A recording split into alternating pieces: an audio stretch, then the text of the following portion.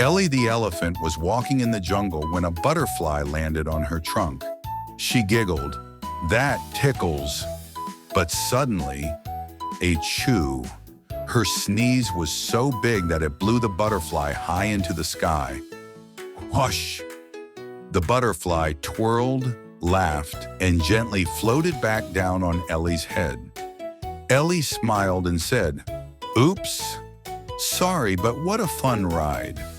Sometimes accidents can turn into fun surprises.